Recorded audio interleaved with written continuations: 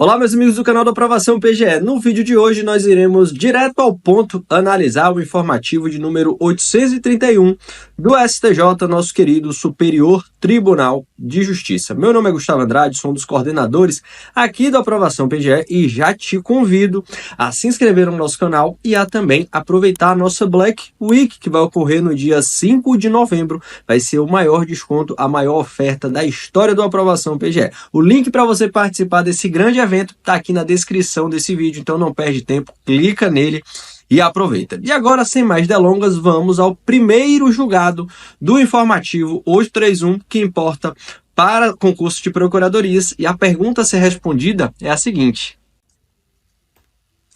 é possível ao Poder Judiciário analisar os critérios de escolha dos membros da banca examinadora de concurso público para o cargo de professor universitário?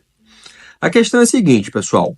Um concurso público, que todos aqui conhecem como ocorre, teve como escolha de membros da banca determinados sujeitos. E é um concurso público voltado para cargo de professor de universidade, o que acrescenta uma peculiaridade a mais a esse caso. E aí teve essa escolha e determinado sujeito, ele entendeu que um dos membros da banca não deveriam compor a banca. E aí o que ele fez? Ele acionou o Poder Judiciário para que o Poder Judiciário analisasse aquela questão e desse a resposta final, se o fulano ele poderia compor ou não a banca daquele concurso público para a universidade. E o que foi que o STJ analisou aqui e chegou à conclusão? Ele chegou à conclusão que não cabe ao Poder Judiciário analisar essa questão.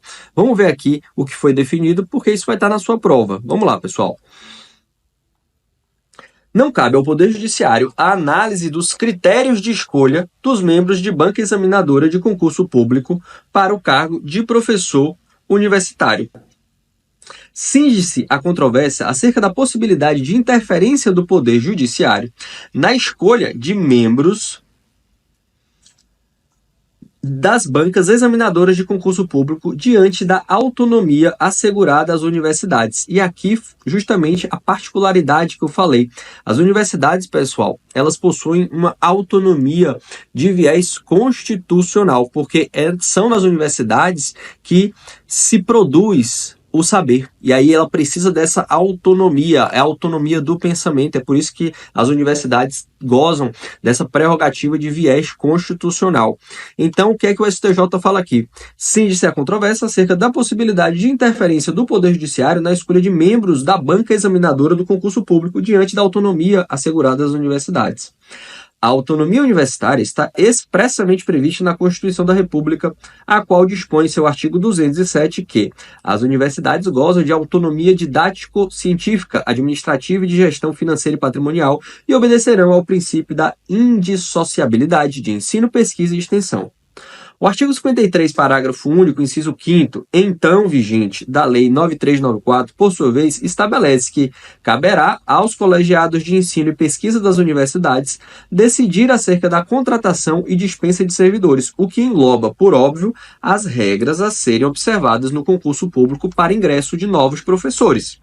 Com efeito, o artigo 53 da Lei de Diretrizes e Bases da Educação Nacional traz em rol exemplificativo os atributos vinculados à autonomia universitária, aspectos que guardam liame com a gestão administrativa e diretrizes didático-pedagógicas da universidade, a respeito dos quais, em regra, não cabe ingerência do Poder Judiciário. Ademais, nos termos da remansosa jurisprudência do STJ, a atuação do Poder Judiciário em matéria de concurso público limita-se à averiguação da observância dos princípios da legalidade e da vinculação ao edital, tendo presente a discricionariedade da administração pública quanto à fixação de critérios e normas reguladoras do certame. Nesse sentido, o agravo de instrumento em recurso em mandado de segurança 69589 da Bahia. E, no caso em discussão, os incisos 9 e 10 do artigo 39 do Regimento Geral da Universidade de São Paulo dispunha que competia à congregação decidir sobre a composição das comissões julgadoras do concurso da carreira docente e de livre docência e homologar o relatório da comissão julgadora de concursos da carreira de docente e livre docência. Assim, ao tecer considerações acerca da banca examinadora escolhida pela congregação da Faculdade de Direito da referida universidade, em especial quanto à presença de 2 professores sem formação jurídica e em relação à suposta desídia da universidade na tentativa de adequar a data do concurso com a agenda dos professores, a Corte de Origem culminou por interferir no próprio mérito administrativo, o que é vedado ao Poder Judiciário. Desta forma, tendo em vista que a escolha dos integrantes da banca examinadora do concurso é atribuição própria da universidade, deve-se ter especial deferência à decisão do órgão administrativo, a qual não se mostra, no caso, ilegal. Ao contrário, está definitivamente fundamentada na autonomia universitária assegurada nos termos do artigo 53 e 54 da Lei de Diretrizes e Bases da Educação Nacional. Então, pessoal, vejam aqui que questão interessante. Foi uma escolha de membros para um concurso público da Faculdade de Direito da Universidade de São Paulo, que determinados membros sequer possuíam a formação jurídica. E isso foi questionado. E o TJ de São Paulo, no caso, ele concordou com quem estava questionando essa questão e falou assim, olha, não pode. Tem que ter membros, esses membros que não têm formação jurídica não podem compor a banca examinadora. Aí o que o STJ falou? Olha só, não tem aqui nenhuma ilegalidade, o Poder Judiciário não pode entrar nessa questão, então estamos dentro do mérito administrativo e da autonomia universitária para a livre escolha da composição de quem vai compor uma banca de concurso público. A visão do STJ, então, é essa. Não cabe, vou colocar aqui novamente para vocês analisarem, não cabe ao Poder Judiciário a análise dos critérios de escolha dos membros da banca examinadora de concurso público para o cargo de professor universitário. Esse tema é importante porque ele acaba envolvendo aí a limitação do próprio Poder Judiciário e também a questão da autonomia universitária que possui viés constitucional. Então aqui mais uma vez na tela para você não esquecer esse raciocínio. Não cabe ao Poder Judiciário a análise dos critérios da escolha dos membros de banca examinadora de concurso público para o cargo de professor universitário. Ok? É isso aí, pessoal. Esse julgado aqui com certeza vai estar na sua próxima prova, então fique atento. E aí a gente passa agora para a próxima pergunta que foi respondida pelo STJ. Vem comigo, vem. O princípio da irretroatividade tributária aplica-se aos casos de alteração de prática reiterada da administração tributária de não cobrar determinado tributo? Volta aqui comigo para a gente contextualizar a questão. Primeiro você precisa saber o que é o princípio da retroatividade. Segundo, o que são práticas reiteradas. Vamos lá. O princípio da retroatividade é aquele segundo o qual a norma tributária ela não pode retroagir, voltar atrás para atingir situações passadas e aí sim exigir do contribuinte determinado tributo. Ela não retroage, ela vale daqui para frente. Ponto número 1. Para a gente analisar esse julgado. Ponto número 2, práticas reiteradas. A própria nomenclatura já explica. A administração tributária, ela também tem costumes, ela tem práticas que, ao longo do tempo, quando elas se repetem, se tornam reiteradas e faz com que gere uma expectativa de direito aos contribuintes, na visão aqui do STJ. Então, a questão que se coloca é, uma prática reiterada de não se cobrar determinado tributo, ou seja, durante anos a administração tributária não cobrou determinado tributo. Uma vez que a administração tributária decide, a partir de então, cobrar aquele tributo, ela pode voltar a cobrar o tributo? Ela pode cobrar o tributo dali para frente? Ela pode retroagir para cobrar o tributo para aqueles períodos em que, em tese, não teria ocorrido decadência? O que é que vocês acham? O STJ, ele analisando a questão, ele falou que deve sim nesse caso, respeitar o princípio da irretroatividade. Então, dito de outra forma, uma vez que ocorreu uma prática reiterada de não cobrança do tributo, uma vez que a administração tributária ela queira voltar a cobrar aquele tributo, ela não pode retroagir para cobrar momentos passados. Vamos ver aqui o que o STJ definiu? Vamos lá. Havendo alteração de prática reiterada da administração tributária de não cobrar determinado tributo, este somente poderá ser cobrado a partir do fato gerador posterior à modificação da orientação administrativa, em observância ao princípio da irretroatividade. Cinge-se a controvérsia em saber se a ausência de cobrança de ICMS sobre subvenção advinda da conta de desenvolvimento energético importa em mudança de orientação reiterada para os fins do artigo 146 do CTN. Nesse sentido, para a referida análise se faz necessária a interpretação conjunta do artigo 146 do CTN com o artigo 100 também do CTN. O artigo 100 do CTN está assim plasmado. São normas complementares das leis, dos tratados e das convenções internacionais e dos decretos. 1. Os atos normativos expedidos pelas autoridades administrativas. 2. As decisões dos órgãos singulares ou coletivos de jurisdição administrativa a que a lei atribua eficácia normativa. As práticas reiteradamente observadas pela autoridade administrativa. Olha aqui, pessoal, olha aqui. Os convênios que entre si celebram a União, os Estados, o DF e os municípios. Parágrafo único. A observância das normas referidas neste artigo exclui a imposição de penalidades, a cobrança de juros de mora e a atualização do valor monetário da base do cálculo do tributo. No caso, o Estado recorrente não cobrava ICMS sobre a subvenção referida. Não cobrava. O que implica na caracterização de uma prática reiterada da administração tributária, ou seja, norma complementar para os fins do inciso 3 do artigo 100 do CTN. E aí ele vai agora para a análise do artigo 146. Presta atenção comigo, está aqui na tela. O artigo 146 tem o seguinte teor: a modificação introduzida de ofício ou em consequência de decisão administrativa ou judicial nos critérios jurídicos adotados pela autoridade administrativa no exercício do lançamento somente pode ser efetivada em relação ao mesmo sujeito passivo quanto a fato gerador ocorrido após a sua introdução.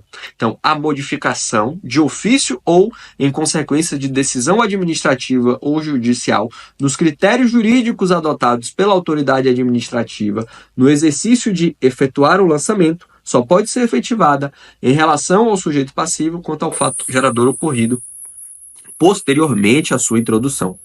O parágrafo único do artigo 100 acrescenta a disposição no sentido de que devem ser excluídas as penalidades de juros, correção monetária da base de cálculo do tributo. Todavia, a tese de que apenas essas parcelas deveriam ser excluídas, sendo impositivo o pagamento do tributo de fatos geradores ocorrentes quando daquela prática reiterada, vai de encontro à disposição do referido normativo de caracterizar como uma norma complementar essa prática da administração, porquanto, como a norma tributária deve obedecer ao princípio da irretroatividade, vedando que a alteração dessas práticas possa atingir fatos já realizados, na égide dessa norma complementar. Então, aqui mais uma vez para você prestar atenção nesse parágrafo que ele tem muita relevância. Todavia, a tese de que apenas essas parcelas deveriam ser excluídas, quais parcelas? As penalidades, os juros e a correção monetária, sendo impositivo o pagamento do tributo de fatos geradores ocorrentes quando daquela prática reiterada, qual prática reiterada? A de não cobrar tributo, vai de encontro, ela é contrária à disposição do referido normativo de caracterizar como norma complementar essa prática da administração. Porquanto, como norma tributária, deve obedecer aos princípios da retroatividade, vedando que essa alteração dessas práticas possa atingir fatos já realizados na égide dessa norma complementar. Dessa forma, com análise dos dois dispositivos acima transcritos, verifica-se que a alteração na cobrança de imposto que não estava sendo cobrado em face de uma decisão administrativa determina que o tributo somente pode incidir quanto a fato gerador posterior à modificação administrativa. Então, pessoal, aqui na visão do STJ, não cabe a cobrança nem do principal, que é o valor do tributo em si, nem dos acessórios, obviamente. Porque o que é que a administração tributária ela tentou argumentar, ainda que não seja o valor como um todo, com as penalidades, juros, correções, etc., que seja o principal. Mas o STJ falou, ó, nananina não. Você está alterando uma prática reiterada, e essa prática reiterada, ela tem base normativa ali no CTN como norma tributária. Você está alterando a interpretação dessa norma, querendo fazer com que ela atinja fatos passados. Então você está retroagindo aquela norma a partir dessa nova interpretação. Então, por isso, você está violando o princípio da irretroatividade. Esta é a visão do STJ, é a ideia que você tem que levar para a sua prova. Para o STJ, eu vou fixar aqui, para o STJ, mais uma vez, para o STJ, havendo alteração de prática reiterada da administração tributária de não cobrar determinado tributo, este somente poderá ser cobrado a partir do fato gerador posterior à modificação da orientação administrativa, em observância ao princípio da irretroatividade. E aqui, antes da gente encerrar, a gente abre um parêntese. Esse tema aqui, com certeza, irá bater lá no STF, porque o princípio da retroatividade está previsto na Constituição Federal, então é muito provável que o Estado que acabou sendo prejudicado nessa decisão vá ao STF tentar alegar que essa decisão do STJ está ferindo ali o princípio da irretroatividade, está aplicando o princípio da irretroatividade de forma errada. Só que isso aí são cenas dos próximos capítulos, quando esse tema chegar ao STF, ou não, né? Quem sabe. Mas para a sua prova, você tem que saber, mais uma vez, ressaltando, para o STJ, havendo alteração da prática reiterada da administração tributária de não cobrar determinado tributo, este somente poderá ser cobrado a partir do fato gerador posterior à modificação da orientação administrativa, vírgula, em observância ao princípio da irretroatividade. Esse tema de direito tributário, como vocês puderam ver, é um prato cheio para o examinador cobrar na sua próxima prova, então fique atento. E aí a gente passa agora a analisar direito civil, um tema importante relacionado com legitimidade ativa. E a pergunta respondida pelo STJ com relação a condôminos foi a seguinte, vamos lá. O condômino, individualmente, possui legitimidade para propor ação de prestação de contas? Vamos contextualizar, porque aí fica mais fácil para você entender o sentido desse julgado.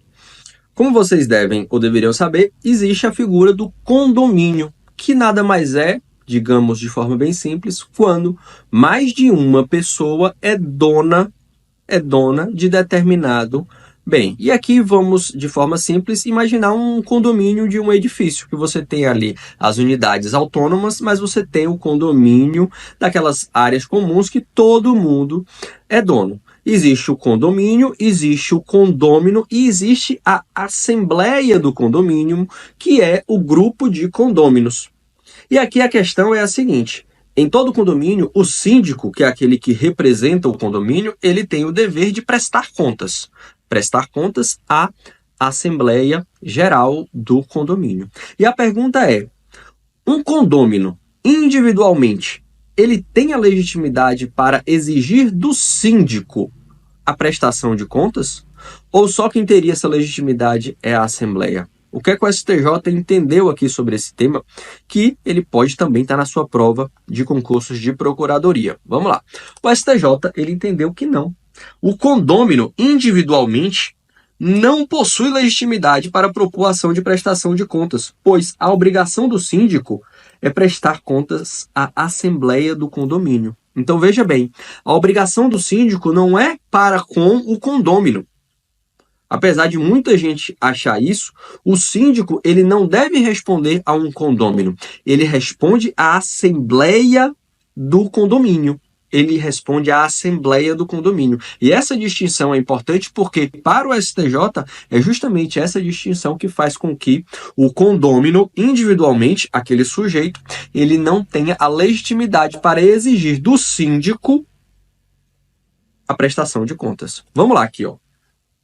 Ressalte-se que os artigos 22, parágrafo 1º, F da Lei 4.591 de 64, lei que disciplina o condomínio em edificações e as incorporações imobiliárias, e o artigo 1.348, inciso 8 do Código Civil, dispõe que compete ao síndico, dentre outras atribuições, prestar contas à Assembleia, anualmente e quando exigidas. Ou seja, o síndico ele tem que prestar contas anualmente e, quando exigido, a quem?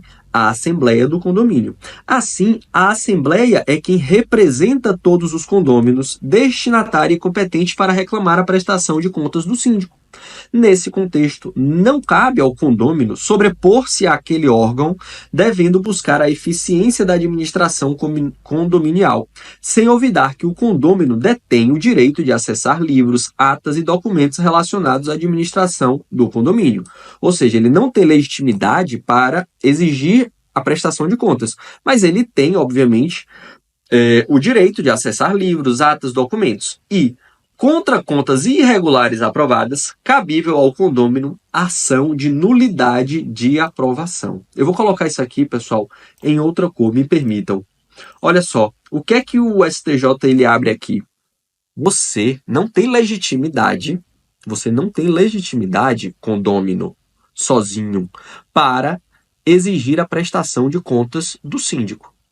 Mas, uma vez que a Assembleia aprovou as contas do síndico e você que teve acesso aos livros, às atas, não concorda com aquela aprovação pela Assembleia das contas apresentadas pelo síndico, você como condômino, você não pode exigir a prestação de contas, mas você pode utilizar uma outra ferramenta. Olha só o que o STJ coloca aqui.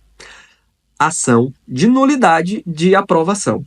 No caso, no que tange à alegação de ilegitimidade ativa do autor, uma vez que a prestação de contas deveria ser tão somente à Assembleia dos Condôminos e não a um condômino ou um lojista isoladamente, o Tribunal de Origem entendeu que o autor lojista possui legitimidade para exigir contas do condomínio, o Tribunal de Origem. Entretanto, a Corte ACO de baixo divergiu da atual orientação do STJ no sentido de que, abre aspas, o condômino isoladamente não possui legitimidade para propor ação de prestação de contas, pois a obrigação do síndico é de prestar contas à Assembleia nos termos do artigo 22, parágrafo 1º, a linha F, da Lei número 4.591, de 64, o que impõe o reconhecimento da ilegitimidade ativa. Então, pessoal, a gente fecha aqui a análise desse julgado para que você fixe que o condômino, por si só, ele não pode ajuizar uma ação de prestação de contas contra o síndico. Mas caso ele entenda que está ocorrendo uma irregularidade e que aquela aprovação das contas foi errada, ele pode entrar com uma ação de nulidade de aprovação. Mas para a sua prova, você leva isso aqui. O condômino individualmente não possui legitimidade para propor ação de prestação de contas, pois a obrigação do síndico é de prestar contas à Assembleia do condomínio. Fechou? Analisada essa questão, a gente passa agora, pessoal, a analisar o último julgado que a gente separou aqui do informativo 831 relacionado a direito processual civil, honorários advocatícios. Presta atenção porque a pergunta que o STJ respondeu foi a seguinte, vou colocar na tela para a gente. Em ação de compensação por danos morais, os honorários advocatícios sucumbenciais podem ser fixados por equidade? Em ação de compensação por danos morais, os honorários advocatícios sucumbenciais podem ser fixados por equidade? Aqui a questão, para a gente contextualizar e ficar mais fácil de vocês entenderem, é a seguinte. Imagine, antes de ter sido ajuizada a ação judicial, a gente não está aqui ainda no processo judicial. Ocorreu um fato da vida que fez com que uma pessoa sofresse um dano moral. Ou alegasse que sofreu um dano moral. E, em razão disso, a pessoa ajuizou uma ação na qual aquilo, aí sim, agora dentro do Poder Judiciário, foi analisado. E aí, ao final do processo, são devidos honorários advocatícios, seja para o advogado do autor, se ele tiver tido razão, seja para o advogado da outra parte, da parte ré, se a parte ré tiver tido razão. E aí vai ser a outra parte que vai pagar esses honorários sucumbenciais. Fecha essa contextualização, você precisa saber que o Código de Processo Civil, ele já estabelece ali qual vai ser a forma de cálculo dos honorários advocatícios. E dentre essas formas, existe aquela forma por equidade. Por equidade. E aí o que o STJ vem analisar aqui? Quando nós estivermos analisando uma ação de compensação por danos morais, os honorários advocatícios, eles podem ser fixados por equidade ou vão ser fixados de outra forma? Vamos ver o que o STJ decidiu aqui. Vamos lá. Em ação de compensação por danos morais, os honorários advocatícios sucumbenciais podem ser fixados por equidade, nos termos do artigo 85, parágrafo 8º do CPC, tendo em vista o direito de imagem possuir valor inestimável. Ou seja, a violação ao direito de imagem que ensejou o dano moral, ela é inestimável. Ela é inestimável. A violação da imagem, você não tem como mensurar qual foi o valor daquele dano em cifras. Então, em razão disso, para o STJ, você pode, então, arbitrar os honorários por equidade. Vamos aqui para a fundamentação. O arbitramento dos honorários sucumbenciais, de acordo com uma ordem de preferência estabelecida no parágrafo 2º do artigo 85 do CPC, devem seguir os seguintes critérios objetivos. Primeiro, nas causas em que houver condenação, esse é o critério a ser utilizado pelo magistrado, observando o parâmetro legal entre 10% e 20%. Nas causas em que não houver condenação, deve o magistrado arbitrar os honorários de acordo com o proveito econômico aferido. E 3, é o último caso, não sendo possível mensurar o proveito econômico, sendo ele inestimável ou irrisório, a verba sucumbencial deve ser arbitrada de acordo com o valor da causa. Com o CPC de 2015, o legislador pretendeu atribuir regras diferentes àquelas previstas no Código Revogado, de forma a coibir o ajuizamento de demandas sem probabilidade de êxito. Ademais, a condenação em honorários advocatícios passou a ter caráter sancionador. Já o parágrafo 8º do artigo 85 do CPC contemplou a regra excepcional de apreciação equitativa do juiz para fixar os honorários quando o valor da causa for muito baixo ou o proveito econômico for inestimável ou irrisório. Nesse sentido, são de valor inestimável as causas relativas a bens jurídicos a que não se possa atribuir um valor econômico, o que não podem ser mensurados, avaliados ou calculados. A indenização, abre aspas, em caso de danos morais, não visa reparar no sentido literal a dor, a alegria, a honra, a tristeza ou a humilhação. São valores inestimáveis, mas isso não impede que seja precisado um valor compensatório que amenize o respectivo dano com base em alguns elementos como a gravidade objetiva do dano, a personalidade da vítima, sua situação familiar e social, a gravidade da falta ou mesmo a condição das partes. Ainda que obrigatória a indicação do valor da causa, e é obrigatório porque o artigo 292, inciso 5º do CPC assim estabelece, a pretensão de ação indenizatória em ver reconhecida a responsabilidade pelo dano que lhe foi causado e obter reparação pelo dano moral sofrido.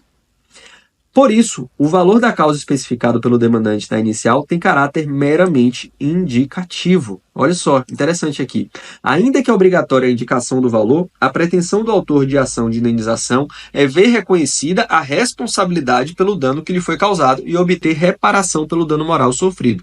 Por isso, o valor da causa especificado pelo demandante na inicial tem caráter meramente indicativo. Logo, caberá ao magistrado ponderar os elementos trazidos nos autos e, se decidir pela procedência do pedido reparatório, fixar quanto indenizatório suficiente para reparar os danos imateriais suportados pela vítima do ato danoso.